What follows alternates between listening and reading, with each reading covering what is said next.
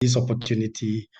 I find it very honor. I know I will not have wished to be, because most of you have heard of the challenges we are facing in Mao, which has affected some of our work. But I can say that Agroecology People's Development Program is an NGO based in Kenya. For the sake of this meeting, I wish to say that we are also hosting hunter-gatherers network, where we have the Ogiek, the Sengwer, the Yaku, the Ogiek of Mount Elgon, the Wayu, the Were, Boni. All these are some of our indigenous communities which we are working together.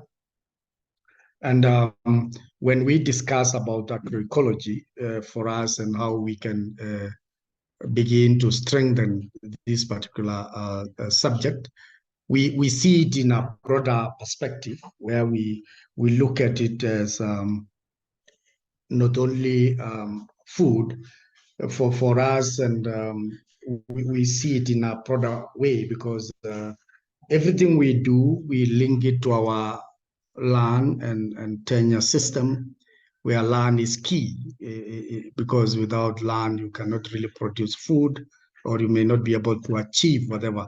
Milka addressed a lot about honey, which is also key amongst the Ogiek community. But we see honey not only in terms of food, we see it in three ways. One, honey as food, as stable food for the Ogiek community, and many other hunter-gatherer community, which Milka mentioned. We also see it as having a spiritual perspective, where for us, Ogiek, we use honey for everything, during our ceremonies, initiations, and such like.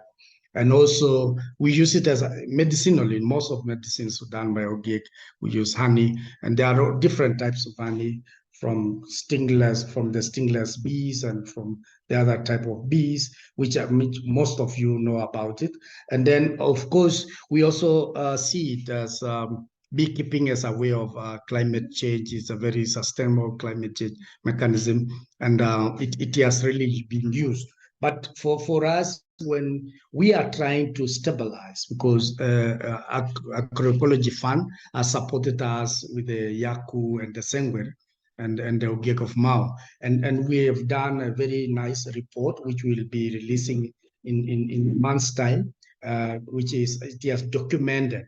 One of the issues for this food system is documentation, which we think it is best when we document our food systems, which most of the indigenous communities face with one challenge of documenting their food system. Because I remember some years back in late 80s, when I visited Nairobi for the first time, and then one of the issues is that if you could not ask for indigenous vegetables in a hotel, you will look like you are very behind, and very uncivilized, because you'll only be asked for cabbage and then sukuma wiki. But if you ask for managu, for those who may know, they will look at you like a village guy. But now, with the health challenges which have come, everybody has shifted to these particular indigenous food systems or foodware for the health. I think the driving force is the new health challenges people are facing: diabetes, high blood pressure, all these kind of, as many people now to say, I think we go back to the old system of so most of the indigenous vegetables, now we are trying to grow them, and we started having even our women and in all these communities we are working with, to start planting managu and all these kind of indigenous vegetables, and they have started using it because it is also having good, it is also being bought, and it has market. It's only that the production may not be sufficient, but it has enough market in most of the supermarkets in Kenya. Similar with honey, everybody, and they always say that we don't have enough supply for honey, and there's been challenges because of climate change. There have been a lot of farming where people are using a lot of chemicals and such like. And that's why we resorted to using manure, using all sides of. But one of the greatest challenge which we have is that there are no seeds. Sometimes we don't get seeds for this particular type of indigenous crops or even wild berries. We are also trying to see how we can domesticate some of the berries and tubers which are in our forest, which always, even some scientists seems not to be helping us a lot in trying to see how to convert some of these berries or some of these tubers and such like to become domesticated and to be grown and have even a seed bank. Having seed bank even for the indigenous vegetables or indigenous foods is a problem. And when we go back to the way in Kenya where we eat nyama choma and the rest, people are changing. The way we used to do it is different, and how we used to preserve our meat. People don't look at it as very sustainable, but we used not to have fridges or a way of putting food. We used to put our meat, especially wild game, and we roast it and keep it. We dried. With the smoke, we smoke them and all this kind of, and it used to give us good health and many of these kind of. And when I will, because I don't want to repeat a lot of things which Milka mentioned, because we have a lot of similarities, especially being hunter-gatherers, is that some of the key challenges we have now is our land tenure system, whereby most of us, especially Ogiek in Kenya now, are facing eviction, which is caused by some say it is because of carbon credit initiated. We are not very sure about that.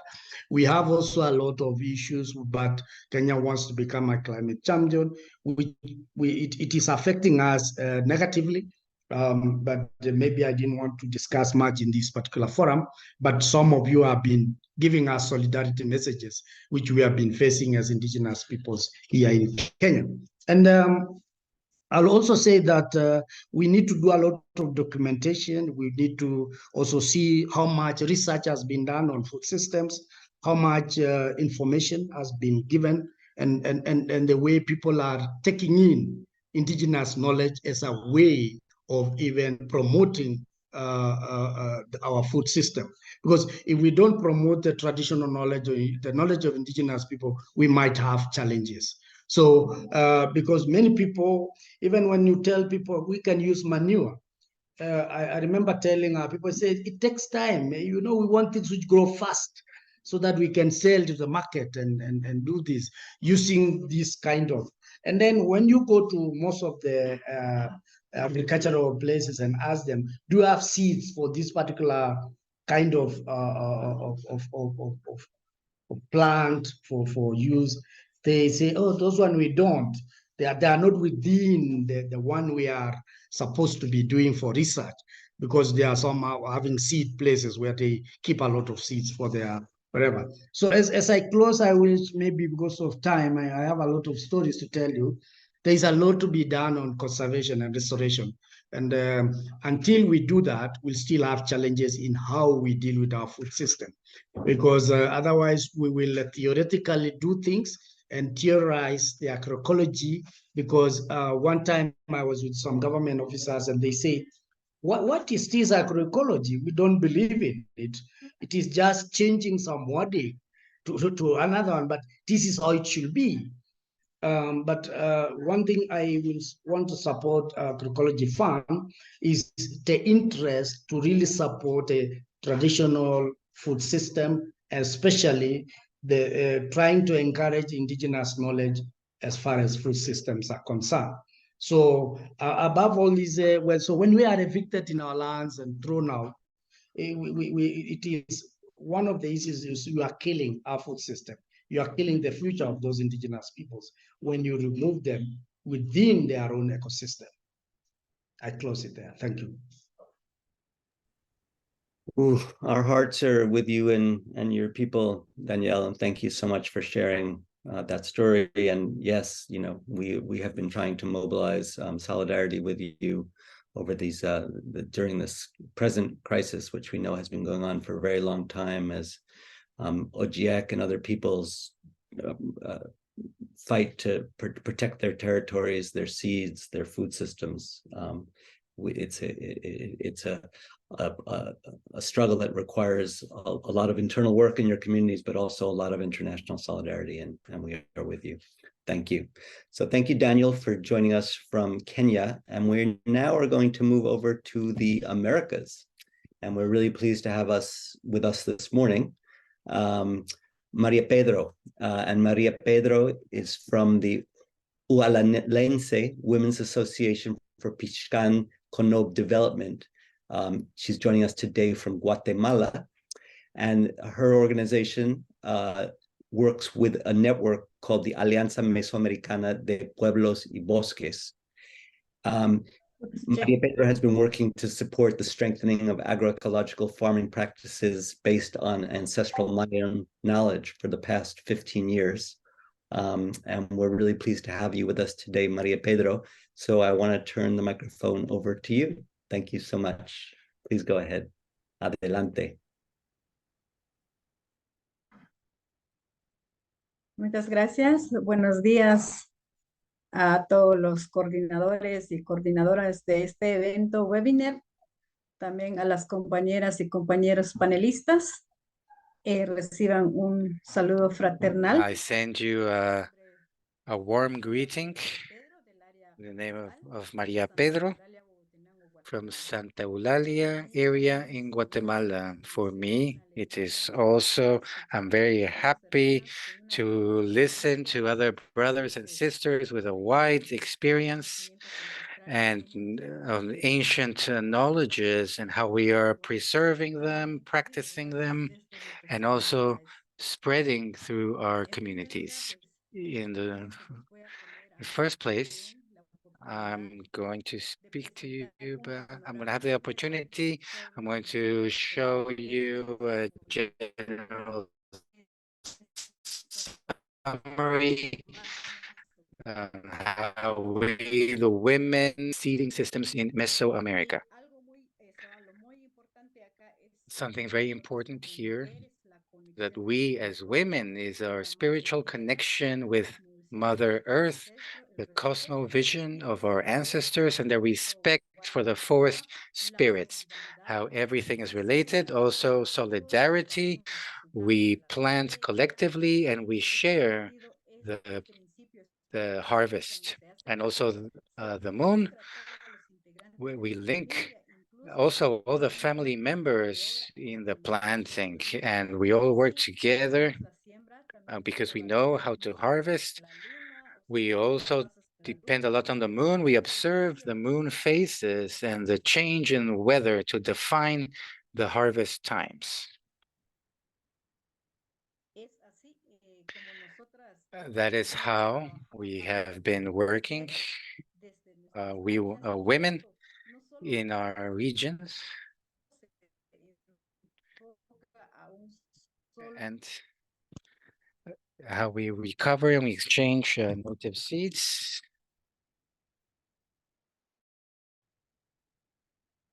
We're having difficulty hearing you. Maria Pedro, no se escucha bien. La señal. Sí. Veo. I think it's the signal. I saw the internet signal. Is it fine now? Yes. Unfortunately, when I'm located, it's raining heavily and it's very cloudy, it's very overcast, and that affects the internet signal. And here's something very important that we've been evaluating. We're located in several countries, but our ancient principles, there's a lot of coherence between all of them that we are mentioning today. For example, we have recovered the exchange of native seeds in different countries and also within Guatemala and different communities, because during the hot season, there are different types of seeds as well, and we have, and also the planting areas are rotated so we can allow the earth to rest. We rotate, we plant in different spaces. We also organize a different kind of crops. We don't use any kind of chemicals, only plant mixtures. Our priority is to guarantee This is something we've been managing, applying, conserving, spreading, and promoting with our leader, our sisters that we have, who are our spokeswomen in our event. This is what we have visualized in a general way, in a general landscape of female leaders throughout Mesoamerica. Our priority is to guarantee food sovereignty and to promote our own economy with a cultural identity. Why? Because within our communities, we collect our seeds, we plant them, we look after them, we watch it grow, we feed the Mother Earth, we harvest them, we consume it, and at the same time, we sell it. That's the entire process. There's also a space where one can view that whole process and how everything is interconnected. Also with our female leaders, we work with the earth without damaging it, without hurting it. It's very clear to us. We have to look after Mother Earth. We have to value her and respect her, because without her, we won't have a nutritional food system to guarantee a healthy life for human beings. We only take what is necessary, and that is key. That that we see as women. We women, we are immersed in domestic activities, agricultural activities, and economic identities. Everything is interconnected. We have to value forests, because from the forest we get water. Without water, we cannot do our domestic activities on a daily basis. Without Mother Earth that is protected, well conserved, and that is nutritional, it's not going to create a nutritional production and food for us. And it can cause malnourishment and health problems for our families. And in economy, if we don't have an economic capacity to pay for a doctor, then these problems are going to increase throughout all families. That's why we always keep in mind that we work with the earth, we use the earth, but we respect her. We take care of the environment, of Mother Earth. We also we have a reasonable use of water, of wood, and we always see the way to reduce solid waste. We promote reduction of agrochemicals, which we know that they harm our lives.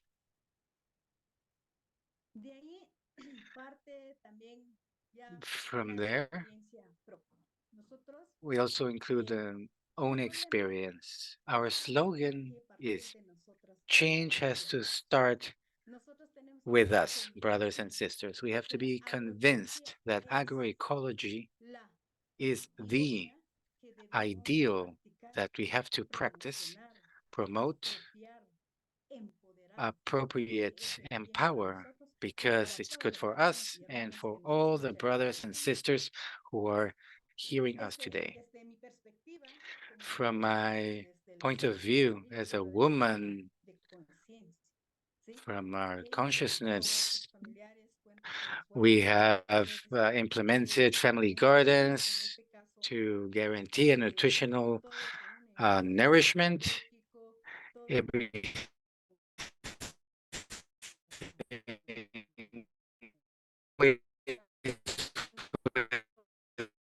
that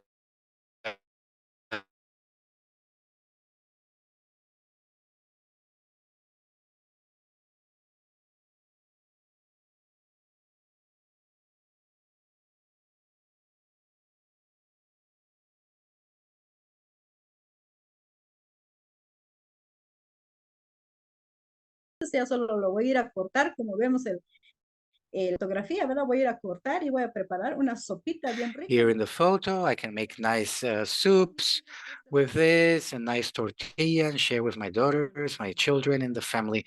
I don't have to go anywhere to purchase anything. And at the same time, we are guaranteeing nutritional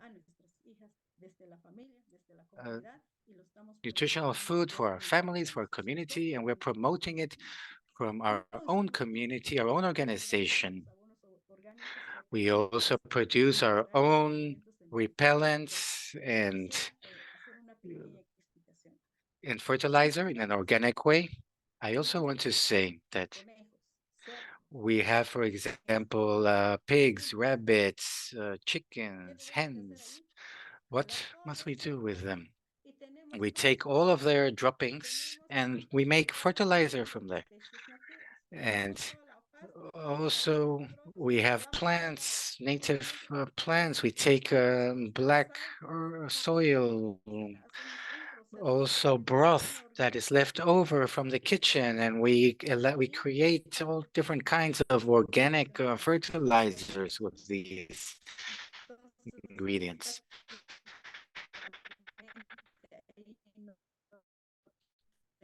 So,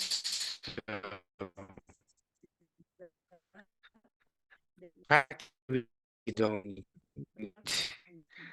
use by any type of chemical fertilizer. We conserve our ancestral practices. Great parents used to work. They had some sheep on the earth, and the fertilizer came from the sheep. There was no need to buy any chemical fertilizers. There is a need to see how to process and integrate all that raw material to create our organic fertilizers and also our ancestral technology.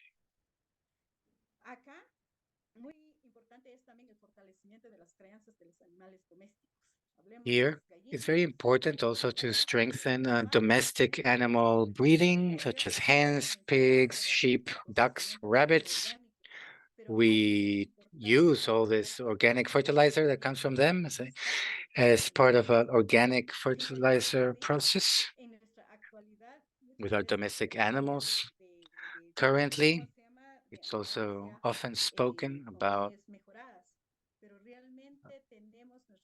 genetically modified animals, but we prefer our indigenous animals. They have a production cycle of 9 months to 1 year instead of the chickens that grow in 2 months. There's a huge difference. This whole process has been scaled up, the local food variety and crops. The family agricultural, our agricultural diversification. We've also been widening the egg producers network, the egg producers, and to improve their family economy. And at the same time, we have managed to scale up our local production. We've been providing also technical assistance to the women groups in our communities. We've been supporting them also in commercializing these products.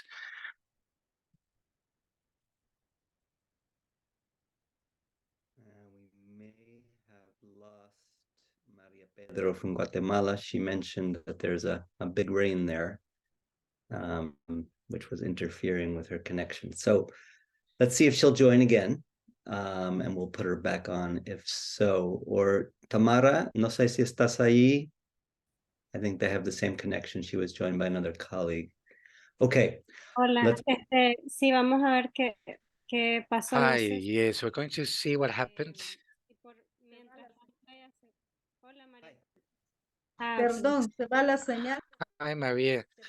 Excuse me, yes, I lost a connection. Please excuse me, colleagues, please understand that I'm having trouble with the connection. But as I just mentioned, this process, we are supporting several processes. And the greatest satisfaction satisfaction that we have is to see how the sisters in my community are being empowered through the processes, their economic empowerment, and their enterprises that they are established. We are preserving our agriculture, the environment, the Mother Earth, not polluting the environment, and also producing local products with an agroecological focus, with a nutritional focus, without any contamination, free of any contamination, and which is also being accompanied with a school feeding law.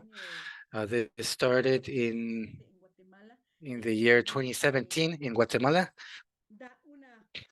And this is also provides a great opportunity for the small producers in our community so that they can sell their products for this government program.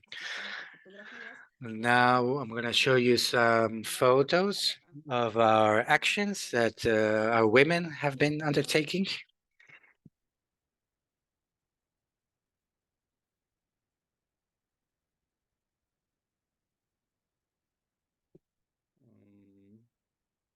Let's see, Maria Pedro, if she comes back. We do need to finish up in any case, but thank you for sharing the slide about the environmental aspects of the work. So just to thank, it's fantastic to hear about the leadership of women in the indigenous food systems in Guatemala. Thank you so much, Maria Pedro, for sharing the slides and getting to see the images and understand all the diversity of your food systems. Fantastic to hear about the use of water and the preservation of the forests.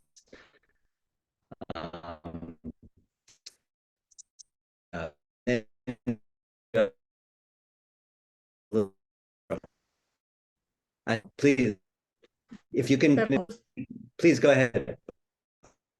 But if you can finish up, please, that would be great. Thank you. Ustedes me dirán si sigo con las.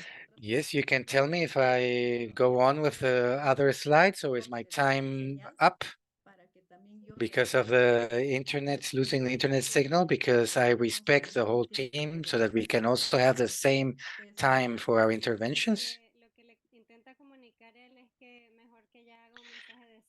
Yes, it would be better if you could be wrapping up because we're running out of time. Yes, okay, that is fine. Thank you very much. To all the colleagues, to all the panelists. I still had about 25% to go to inspire you with other actions, other activities in the slides, but please forgive me for the signal problems, connection problems, but these are factors who are beyond our reach. For me, it's been a pleasure to be able to share these experiences and the ancient principles, and we as women in the family agriculture. Thank you, Maria Pedro, and thank you for your grace and flexibility in continuing with your presentation despite the effects of the rain, and we hope it's a good rain in your community. We'll pass now to our next speaker, and really happy to have with us joining today from the Cosmiwak territory of California in a United States jurisdiction. Joining us is Sarah Moncada, a native educator, dancer, and filmmaker, who is the chief operating officer, the chief executive officer of the Cultural Conservancy, which is a native-led nonprofit working in indigenous land, rights, and revitalization projects.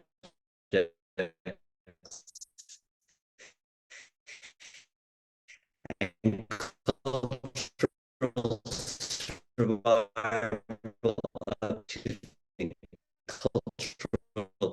Conservancy is a member of one of the others of this people with which the Agroecology Fund to share her perspective as an important nonprofit organization working with indigenous peoples and a funder as well. Thank you. Please go ahead, Sarah. Yes, and Tanya, hello. Thank you very much. Thank you, Daniel. Thank you, everyone, to this beautiful shared their stories so far. The power of us coming together to share the network of work that's happening far and wide can only ever strengthen us. So thank you for the opportunity. I'm happy to share just a couple quick slides to help share our story a little bit and the work that we do. So I'm here, as Daniel mentioned, in the Northern American landscape, calling in from Coast Miwok territories, but also deeply acknowledge my ancestral roots. I am a Yaqui woman. I carry ancestry that comes from the beautiful Sonoran desert regionalities of the North American landscape.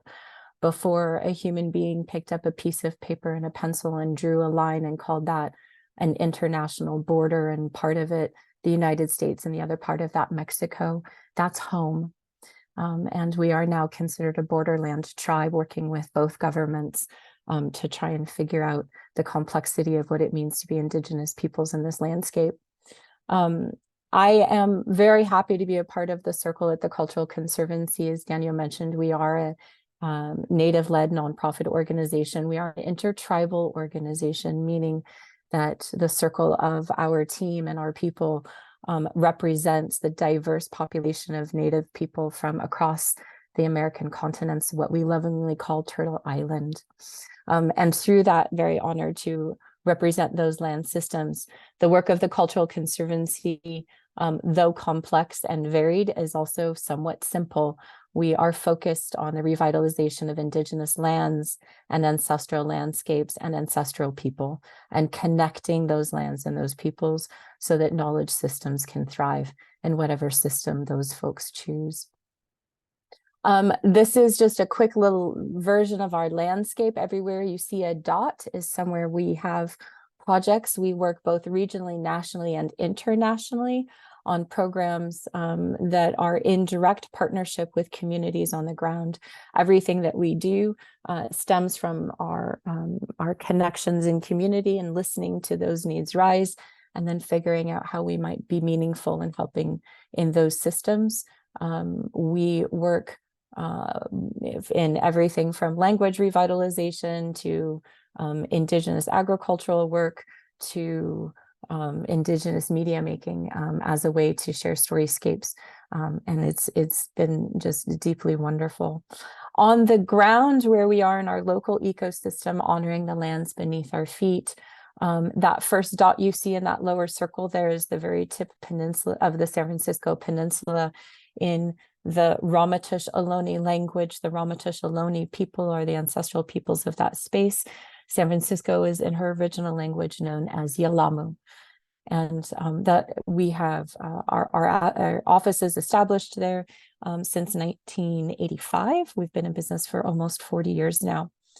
That second dot that you see right in the middle as you kind of traverse up the slide, north, so to speak, as it were,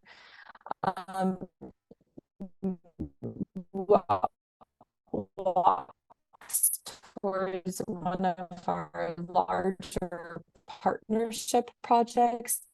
We've been in partnership there on the seed rematriation projects in the growing of Indigenous foods and medicines, and also working to showcase what it means to step back into traditional practice.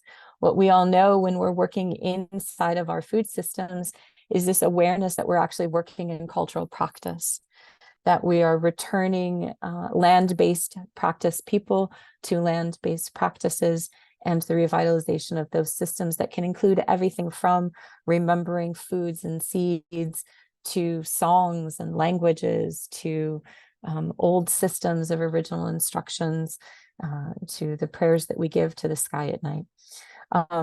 The third dot that you see there is what I'm going to talk a little bit more about at the top. That takes us up into the Coast Miwok Southern Pomo land and the Napa Valley wine country, where wine grapes are now currently cultivated as the California agricultural landscape. However, in that area of the land, which is in the United States, one of the most economically rich places of land access, we are now walking through a land back project in kind of returning native lands to native hands. And that's what I'm going to talk a little bit more about in sharing the work of what it means to be an access to both rural and urban Indigenous people in this kind of San Francisco Bay Area landscape, and trying to meet the needs of what that means across the larger continuum.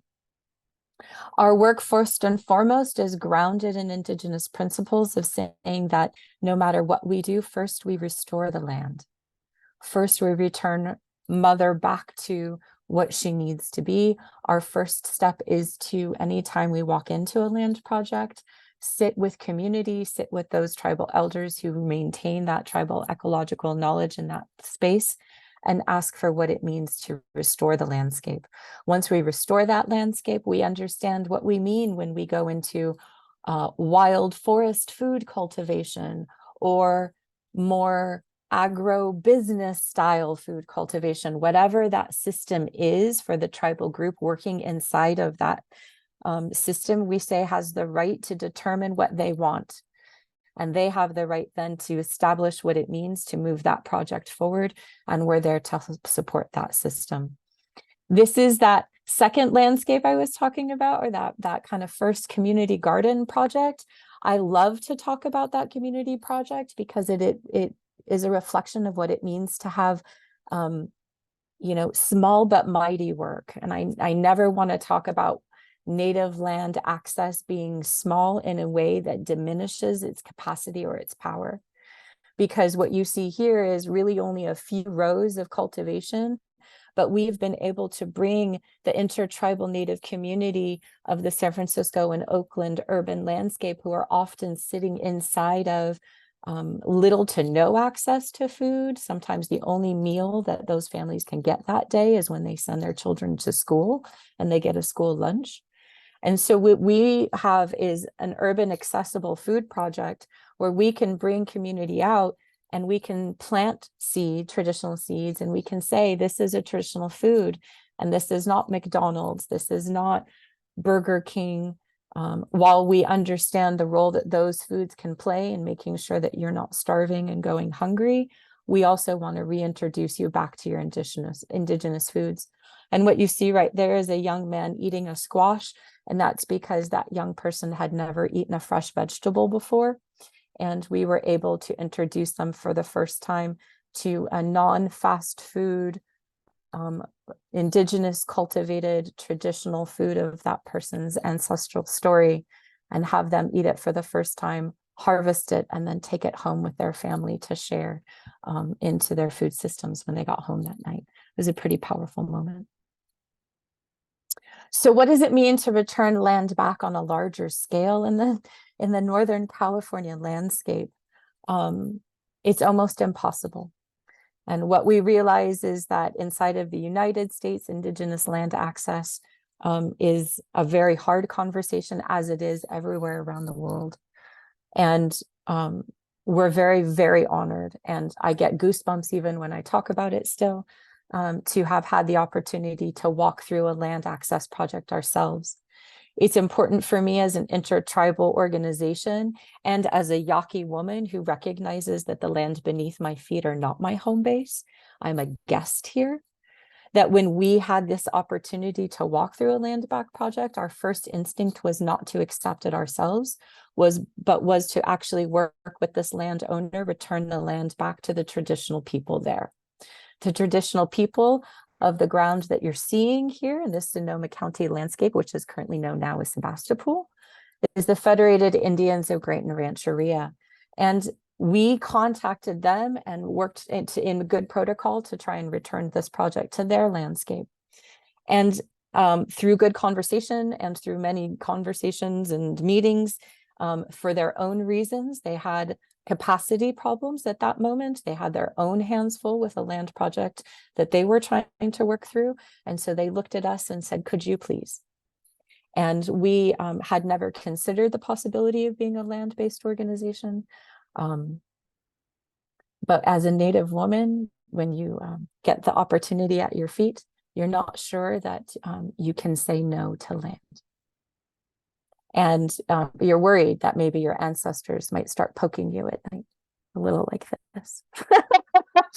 So we worked very hard with many circles to try and make that happen. And you're now looking at Heron Shadow. And Heron Shadow has first and foremost been an Indigenous revitalization project. You can see there, while we love those beautiful flowers, those were not necessarily Indigenous flowers. So we worked through bringing back cultural practice such as Indigenous fire. We brought back fire cultivation as part of our California native landscape here. We're restoring our wetland and riparian zone, as you can see here, bringing back what it means to have healthy water and healthy land to then step into food cultivation. And the food cultivation that we do there is 100% focused in Indigenous and heirloom seeds. We work only with those Indigenous heirloom seeds and then work with communities and seed rematriation to return them back so that folks can be working both in food cultivation, but also ongoing ancestral seed memory. Here's some pictures of some of our beautiful landscape as our first couple of seasons.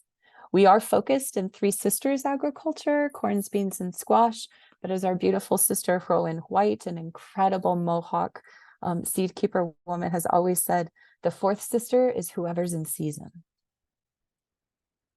Here is a beautiful opportunity that I have to say, in the world of climate resilience, especially in California, what does it mean to have water access issue conversations?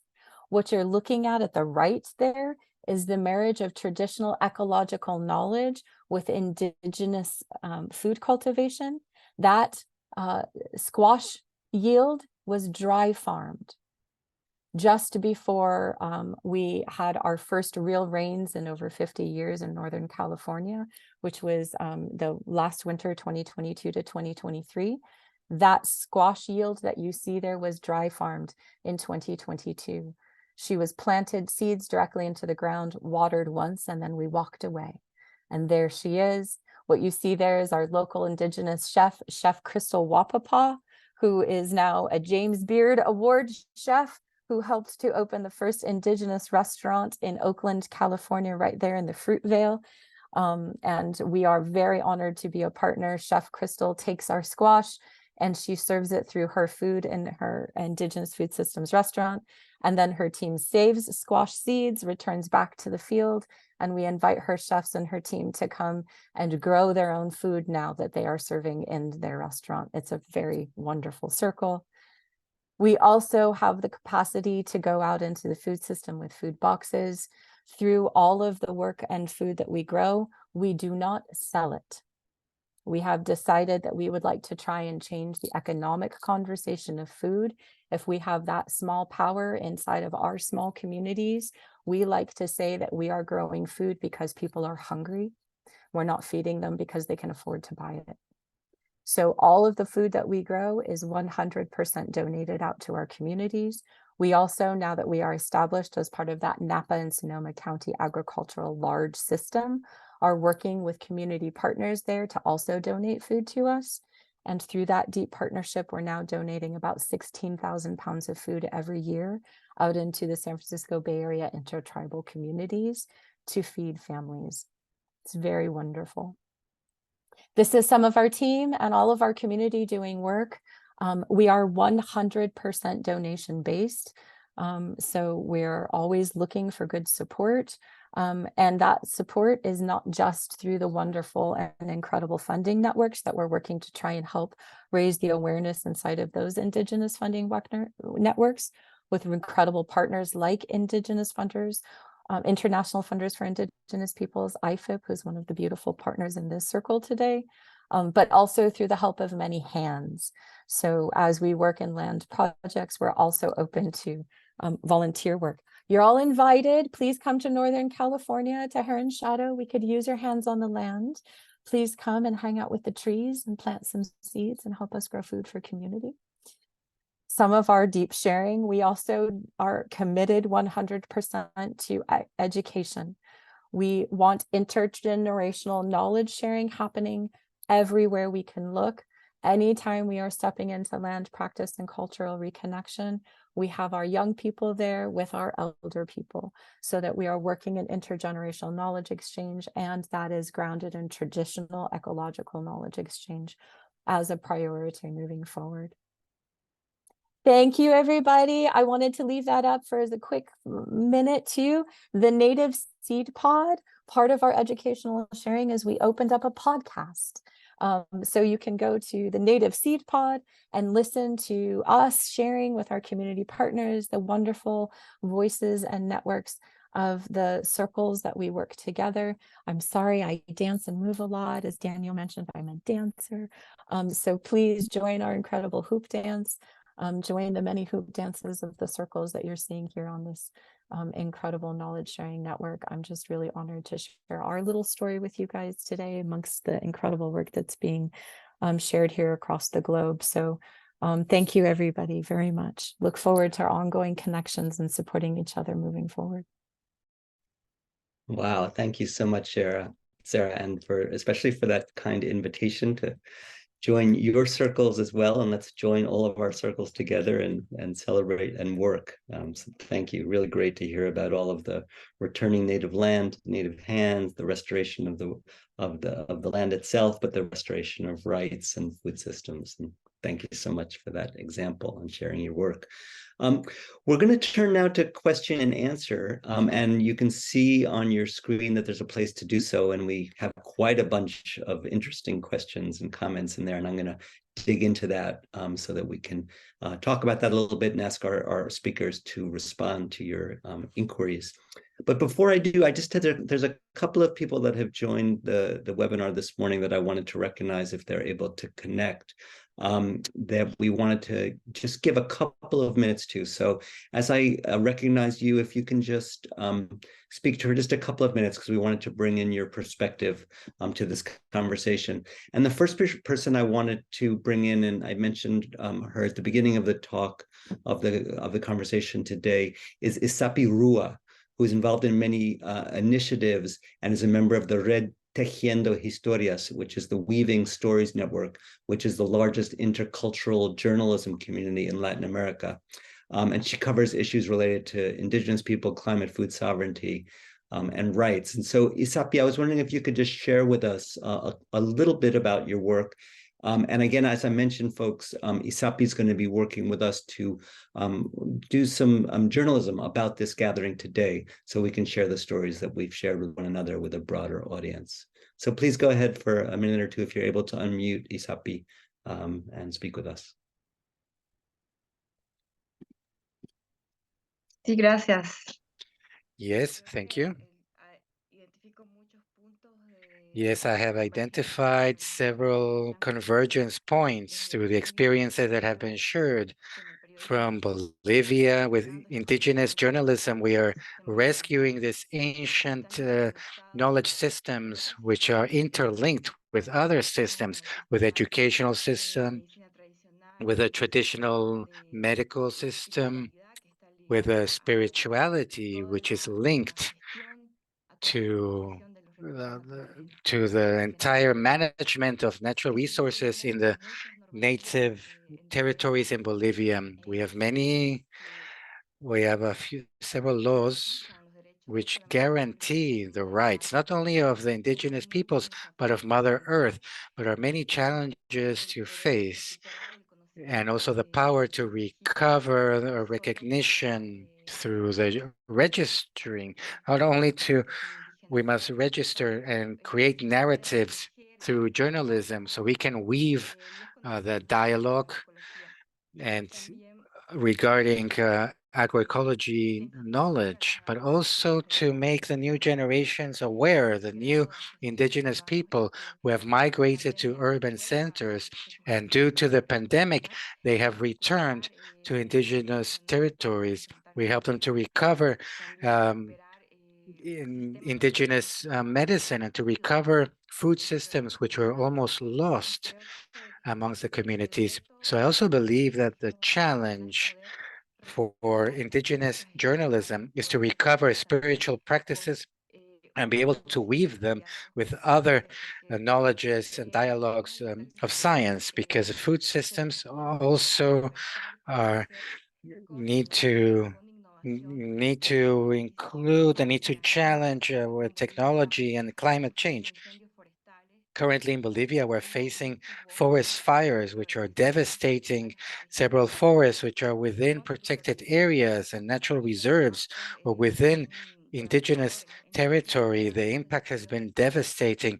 So those challenges remain to make aware not only the urban populations, but also the young indigenous population who migrate to urban centers and which within indigenous communications, this is one of the challenges that we are challenging in different spaces, and also internal communication within the community groups, especially with young women groups who are facing a lot of violence from especially oil extraction companies or mining extraction companies, which are working in Colombia, and also the problems, the legacy of colonialism that especially the Guarani people are facing. So we are writing all these stories. So I think this space to be able to reinforce this narrative that we are indigenous people, we're a global community. We don't have borders. We all share a common knowledge, and we can create solutions to problems that society is facing today. Thank you. And thank you for your journalism work on this critical topic. I just want to recognize one other person, if I may, before we turn to the question and answers. We're joined today by quite a number of participants, it looks like, in the participant list from the Democratic Republic of Congo. And I wanted to ask if Diel Moshir might say some words with us this morning. Just a couple of minutes, Diel. I'm sorry to cut you short. Diel is from the Integrated Program for the Development of the Pygmy People, and working in that Congo basin on indigenous food systems. And recently participated in a meeting of the Alliance for Indigenous Peoples and Local Communities for Conservation in Africa that happened in Namibia at the end of last month. So Diel, if you can share, if you're able to unmute and share a couple of words with us about. Okay, merci beaucoup. Thank you very much. Thank you very much. We would like, first of all, to thank the Agroecology Fund and all its partners. And most of all, would like to thank you for the support, for the assistance, and for the hand extended for all the organizations and the NGOs that are working in DRC. As for the conference, we went to amplify the voice of the indigenous populations of Central Africa and talk about the issue of monitoring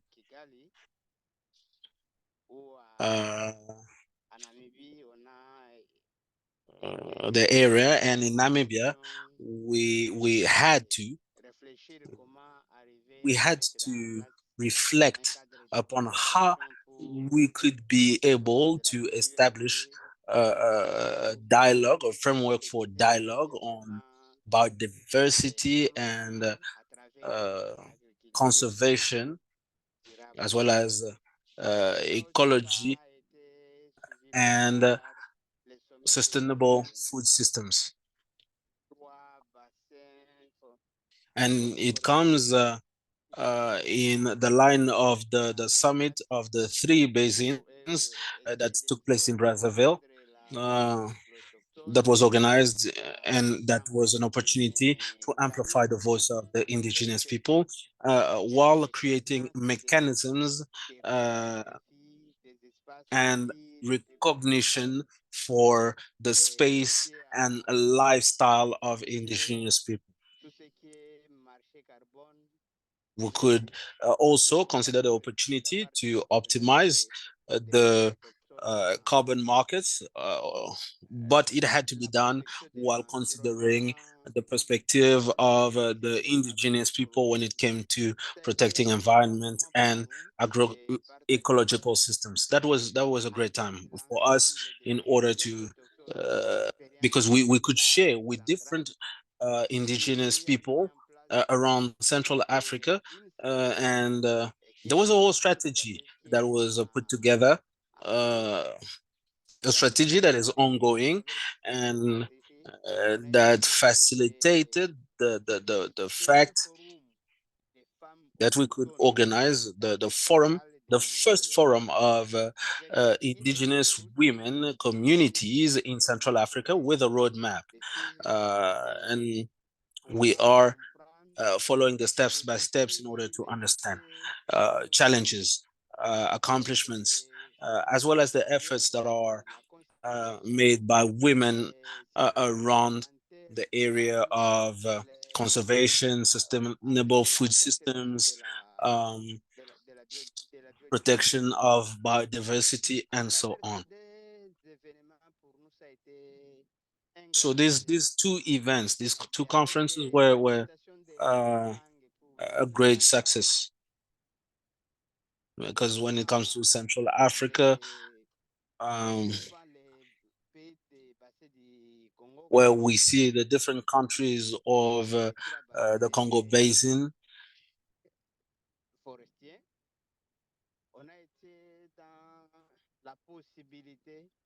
we had the opportunity to show our cultural knowledge, our traditional knowledge, how we are putting together mechanisms that are not only productivity based, but rather uh, based around the transformation of local products, the protection of those products, as well as the linkages with natures and our ancestors.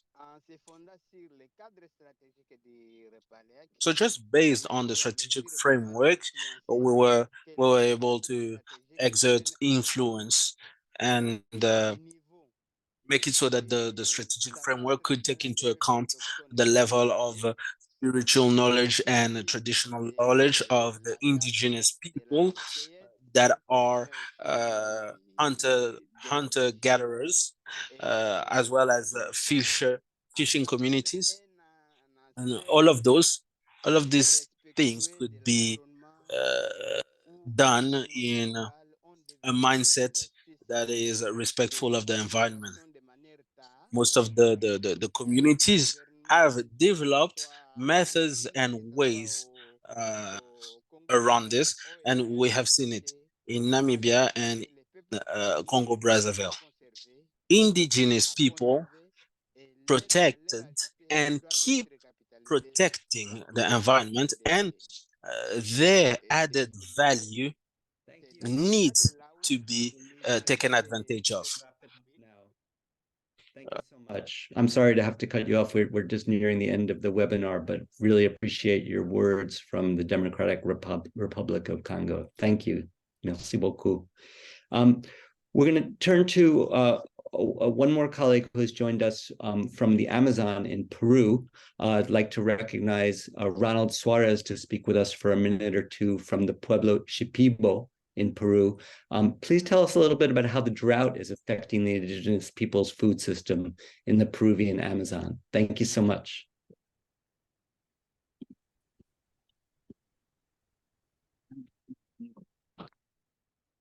Wait. Welcome,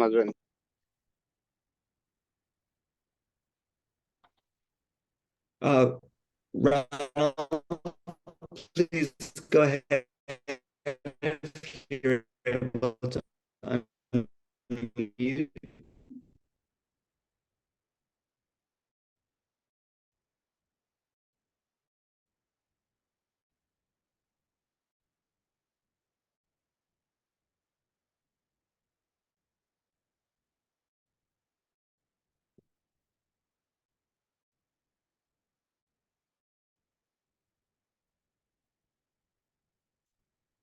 Ronald.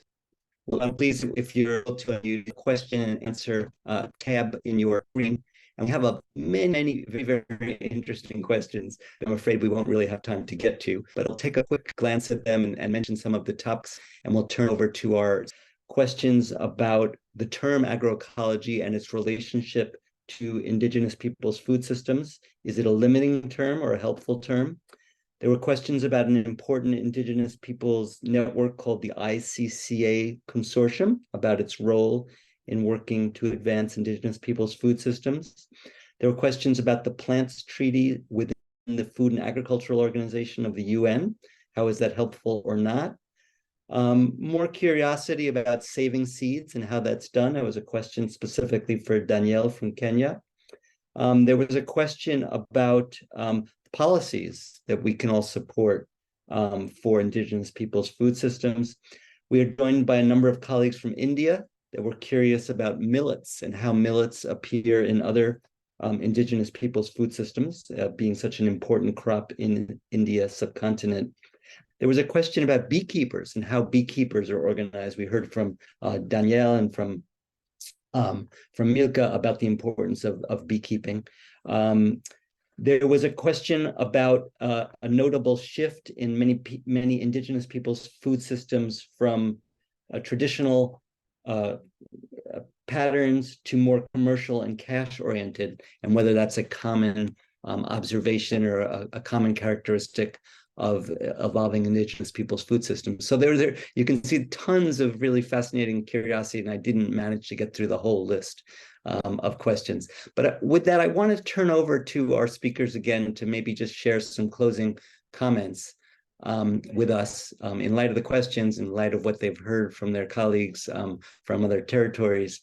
So if I could, I might start with you, Paul, noting again that for Paul, it's now well past midnight. And thank you again for staying with us on the webinar today. So please share with us a couple of closing comments. Thank you. Yeah, thank you very much, Danielle, for these opportunities, and also hearing many good stories and experiences from different regions. Yeah, regarding the questions, definitely the dictatorship or the military junta, all the armed conflicts has been all one of the greatest also challenges or threat to our Indigenous peoples and our sovereignty, right? I think that's conflicts everywhere. Created many problems and also shocks to the Indigenous peoples to respond. That's why our current people, we trying to find ways and then trying to initiate the different kind of initiatives and also movement to really counter these threats. And armed conflict dictatorships is also, linked to other threats as well, like mentioned by many friends here, like other issue linked to commodifications and other capital kind of capitalism markets and the cash crops and other things that really moving away from our kind of roots. So my kind of comment is that we have to return back to our roots to find solutions. I think the food that we Indigenous people eat, we have to go back to the nearest to our food source. I always measure with my arm's distance about maybe less than a meter to grow, to eat, and less distance, meaning we have more healthy food, more tasty, and also, in the, the crisis that we are facing today, the climate change, things like that. That's the solution that we need to go back to our Mother Earth, our Mother Nature, like Maria has also wonderfully shared with us. Thank you very much. Okay, thank you so much, Paul. We'll turn now over to Danielle joining us from Kenya, if you'd like to make some closing comments. And please, Ronald, if you're able to unmute, maybe following Danielle, please jump in. Go ahead, Danielle. Thank you. Thank you very much, and thanks to all the presenters, brothers and sisters. Very useful comments and information presented.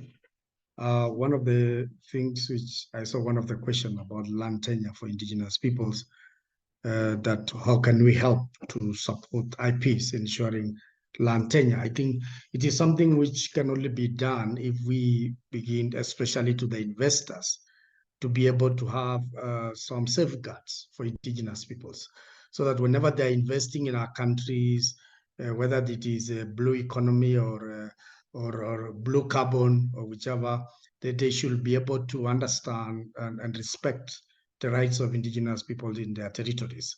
So those kind of companies or investors should really respect those who are on the ground before they can do whatever projects they're doing. About the beekeepers, I know most beekeepers, they are not very good in doing cooperatives. In some areas, yes, we have cooperatives trying to combine effort to get market for their honey. But my brother from I think Bangladesh, I've already responded to him that we can be able to share more. For this kind of about seeds, I know many people have said they have a way. I'm available, especially for the wild berries and other tubers from the forest. How we can be able to be able to bank, or rather have the seed for future, because most of them are getting extinct. As we were growing, some of them are getting extinct because nobody is following up. Very few of the young people are interested to go back deep to the forest. So some of the seeds can disappear. So I may say that as we work together closely, and I'm seeing many Kenyans who are there who say they have a way, please reach out. We can be able to share a bit of complementarity in what we are doing. Thank you very much, and God bless everyone. Thank you, Daniel. And I just saw in the chat a couple of more solidarity messages with the struggle of the Ujek people. And thank you for that. I think especially in the world of donors and investors, it's our job as well to put pressure on other people that are moving money to respect the rights of indigenous peoples everywhere. We can do all this fantastic work to strengthen indigenous food systems, but we have to work to resist these very damaging investments and programs. If I can turn over to Maria Pedro, please, to say a few closing words. Thank you, Maria Pedro. The floor is yours. Muy bien, muchas gracias. Yes, thank you very much. I can see a couple of questions. I don't know if I can still answer them. Okay, in this case, there's a question if within the production for community consumption, you also have a production that is for sale, and if not, what is the relationship between the food production and the market? Something very important, first of all, is food security or food sovereignty. To guarantee to feed our own family, to reduce, to go to zero hunger and malnourishment and other illnesses, to reduce illnesses, to guarantee this whole process. If we can guarantee this whole process, yes, of course. After guaranteeing all this, we can proceed to commercialize and sell our community products in the local markets, and of course also within the school food program law, because currently there is a law which has provided us this opportunity to commercialize our local products and of course to improve our community economy. And the second one, if there is any ceremony, any way to thank for the harvest. In our ancestral knowledge, we have learned from my grandparents and my parents is when one begins to plant, you have to ask for permission. For example, when we grow the crops at the beginning of the year, we prepare a special kind of rite, as a kind of offering to thank for all the spirits that contributed to preparing the soil. I'm going to read the questions. One says, an initiative, a law proposal you consider as a strategy that is relevant as a political instrument for agroecology in Guatemala. I believe it's a sister or a brother from Guatemala who's making this question for me. Our reality in Guatemala is very polemic. We all know through the social networks of what we are facing. There is a corrupt political system, a political system that has monopolies that does not respect the rights of indigenous peoples. Proof of this is that there are laws in Guatemala that only favor the landowner sector, the monopoly sector, but they don't address the indigenous people's needs, like the climate change law, the Monsanto law, which is a privatization of native seeds, the water law, the communication law in Guatemala. What does this lead to? To keep living as poor people, as a underdeveloped country. Precisely, we as leaders, we've had the opportunity to, and we think at this time, I know that there are people who are cooperating and who are listening to us. And thanks to you. Can you hear me? Yes, but if you can wrap up, please. Yes, through the people who are cooperating, we have submitted project proposals who have been strengthening our ancestral food systems. Thank you very much. That's the little that I can respond to the 3 questions that were made to me. Getting to peek inside the Guatemalan system.